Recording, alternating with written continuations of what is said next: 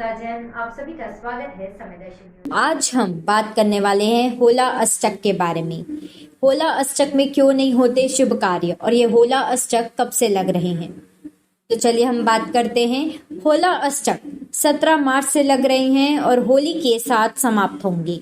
होला अष्टक की अवधि को बहुत ही अशुभ माना जाता है और इन 8 दिनों में कोई भी शुभ कार्य नहीं किया जाता है। आज हम आपको बता रहे हैं कि इन 8 दिनों की अवधि को अशुभ क्यों मानते हैं और इसमें कोई धार्मिक कार्य क्यों नहीं किए जाते हैं, क्या है इससे पौराणिक कथाएं। होली से 8 दिन पहले का समय होला अष्टक कहलाता है। इसका आरंभ फाल्गुन मास के शुक्ल पक्ष की अष्टमी तिथि से होता है और होली के साथ यानी कि पूर्णिमा को खत्म होता है। पौराणिक और ज्योतिषीय मान्यताओं में ये 8 दिन की अवधि बहुत ही अशुभ मानी जाती है। होला अष्टक के इन 8 दिनों में कोई भी शुभ कार्य नहीं किए जाते। शादी, विवाह, मुंडन और गृह प्रवेश जैसे शुभ कार्य इन दिनों में बंद कर दिए जाते हैं। आज हम आपको बता रहे हैं कि होला अष्टक की इन 8 दिनों की अवधि को क्यों मानते हैं अशुभ और इसके पीछे क्या है ज्योतिषीय मान्यता और पौराणिक कथा। तो चलिए हम बात करते हैं पहले होला अष्टक कब से है और कब तक है। होला अष्टक 17 मार्च से लग जाएंगे और 24 मार्च को होली जलने के बाद समाप्त होंगे। 24 मार्च की रात में होली जलाई जाएगी और 25 मार्च की सुबह रंगों की ही होली यानी कि दुल्हनडी खेली जाएगी। होला अष्टक होली की से 8 दिन पहले की अवधि होती है जो कि धार्मिक दृष्टि से बहुत ही अशुभ मानी जाती है। इन 8 दिनों में ना ही कोई शुभ कार्य किया जाता है और ना ही किसी नई वस्तु की खरीद की जाती है। अब हम बात करते हैं कि होला अष्टक पर कामदेव से जुड़ी पौराणिक कथाओं के बारे में। होला अष्टक को लेकर पौराणिक मान्यताओं में यह बताया गया है कि फाल्गुन शुक्ल अष्टमी के दिन शिव जी ने कामदेव को भस्म किया था। शिव पुराण में बताई गई कथा के अनुसार देवी देवताओं के कहने पर कामदेव ने अपने प्रेम वाण से शिव जी की तपस्या भंग कर दी थी। कामदेव की इस हरकत से शिव जी को बहुत गुस्सा आया और उन्होंने अपने तीसरे नेत्र की अग्नि से कामदेव को भस्म कर दिया था। उस दिन फाल्गुन मास के शुक्ल पक्ष की अष्टमी तिथि थी और उन्हें पूर्णिमा तिथि को फिर से जीवित किया गया था। कामदेव के भस्म हो जाने से पूरे संसार में मायूसी छा गई और दुनिया थम सी गई। कामदेव की पत्नी रति के निवेदन करने पर सभी देवी देवताओं ने मिलकर शिव जी से प्रार्थना की और तब भगवान भोलेनाथ के कामदेव को फाल्गुन पूर्णिमा पर फिर से जीवित कर दिया। उनके जीवित होने पर पूरी सृष्टि में चारों तरफ खुशियां मनाई गई और रंग खिलकर होली का त्योहार मनाया गया। अष्टमी पर भस्म हुए कामदेव पूर्णिमा पर फिर से जीवित हो गए।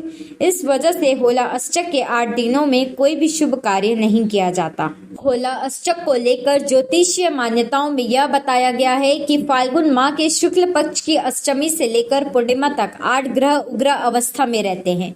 सूर्य, चंद्रमा, शनि, शुक्र, गुरु, बुध, मंगल और राहु ये सभी 8 ग्रह इस दौरान उग्र अवस्था में आकर वातावरण में नकारात्मक ऊर्जा को बढ़ाते हैं।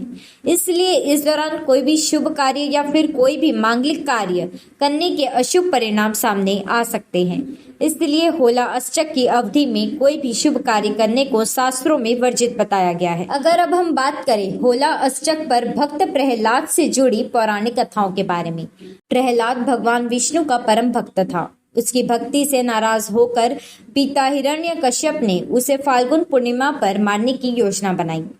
पूर्णिमा तिथि से 8 दिन पहले यानी कि फाल्गुन अष्टमी से राजा हिरण्यकश्यप ने अपने विष्णु भक्त पुत्र प्रहलाद को काफी यातनाएं दी थी ताकि वह डर जाए और पिता का भक्त बन जाए, लेकिन ऐसा हुआ नहीं और प्रहलाद विष्णु भगवान की भक्ति से में लीन रहा।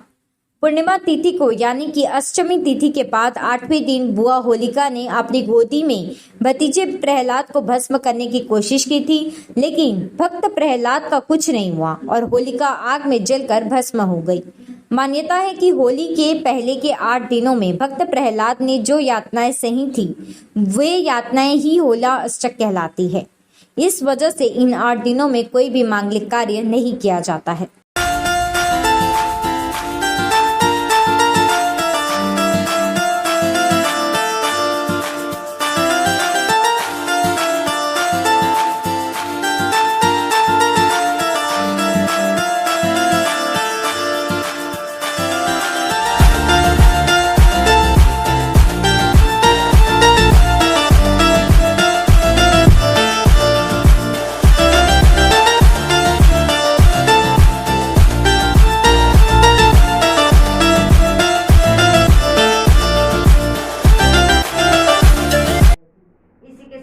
अंशिता जैन आप लोगों से लेते हुए इजाजत। नमस्कार।